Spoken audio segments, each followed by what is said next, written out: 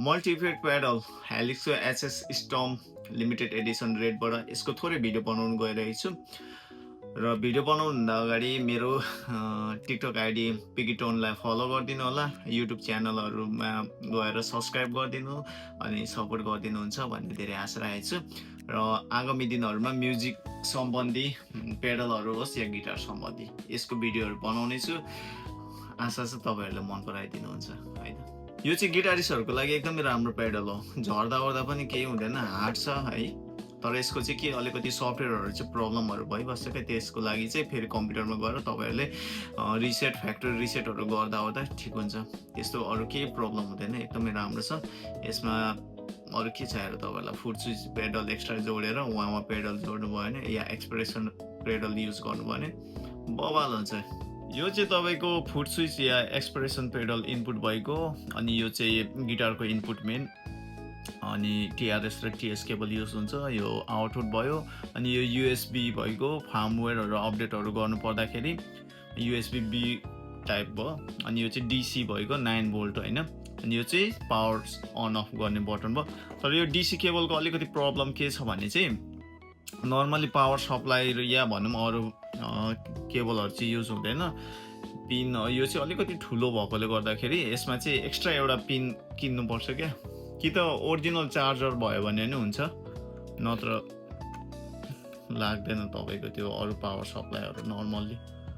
Left साइडमा चाहिँ मिडी input र आउटपुट छ, अनि तपाईँको हेडफोन कनेक्टर भएको, हेडफोनमा चाहिँ एडप्टर युज हुन्छ, एडप्टरमा टिआरएस केबल हेडफोनको टिआरएस केबल हुन्छ होइन। राइट साइडमा चाहिँ सेन्ड रिटर्न अनि अक्सिलरी इन छ, जहाँसम्म मलाई लाग्छ होइन अरू पेडलहरू हामीले युज गर्दाखेरि चाहिँ यो सेन्ड र रिटर्न गर्नुपर्छ जस्तो लाग्यो। अनि अक्सिलरी इन भनेको सायद ट्र्याकहरू बजाएर प्र्याक्टिस गर्नु मिल्छ होला।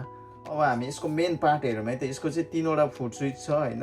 यो 3वटा फुट स्विचको काम चाहिँ यो बटनले पनि गर्छ, यो भोल्युम भएको होइन, भोल्युम नब, अनि तपाईँको यो एडजस्टमेन्ट भएको, यसलाई एडजस्टमेन्ट गर्छ, डिले चाहिँ अर्को अरू के को होइन, कतिको बनाउने होइन, यो पेज भएको अगाडि पछाडि लाने।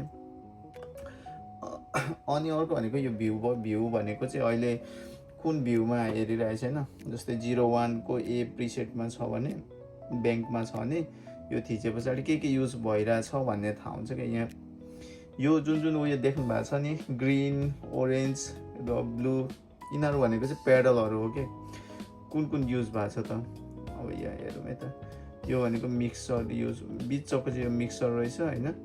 यो मल्टिपास भनेको के हो, क्याबिनेट हो त्यस्तै लाग्यो मलाई चाहिँ।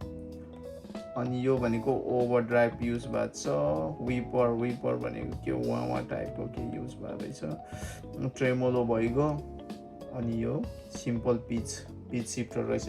यो चाहिँ तपाईँले आफै कम्प्युटरमा गएर मिलाउनुपर्छ होइन, यहीँ भएको चाहिँ एकदम झुर छ क्या। तपाईँले कम्प्युटरमा गएर तपाईँलाई के चाहिन्छ होइन सेटिङहरू मिलाउने, अनि ब्याङ्क अनुसार आफ्नो प्रिसेटहरू बनाउने राख्ने हो क्या। अब भ्यूमा अर्को यसरी थिचेर ब्याङ्क 1 होइन यो पनि गर्नु मिल्यो, अनि यसमा पेजहरू गऱ्यो भने चाहिँ अब प्रिसेटहरू आफूले बनाएर राख्नु मिल्यो। अनि यो एक्सन बटनको काम त कपी डिलिट अनि त्यो इरेजहरू गर्ने काम गर्छ, बस यति नै हो। यो चाहिँ तपाईँले आफैले कम्प्युटरमा जाने, आफ्नो सेटिङ जस्तो मन लाग्छ त्यस्तो बनाउने, यहाँ यसको चाहिँ जोक्को हुन्छ फेरि। ओके यति नै होइन। पेडलहरूको त्यो साउन्डहरू चाहिँ चेक नगर्नु यस्तो झ्याउ छ, र यसको ब्याङ्क चाहिँ 1 देखि 42सम्म हुनुपर्ने हो, यति नै भयो 42सम्म छ, धेरै छ क्या। यति भएपछि इनफ हुन्छ तपाईँहरूलाई, अनि प्लस एउटा फुट स्विच एक्स्ट्रा भइदियो भने राम्रो हुन्छ। अनि उहाँ पेडल तपाईँहरूलाई चाहियो होइन, बबाल।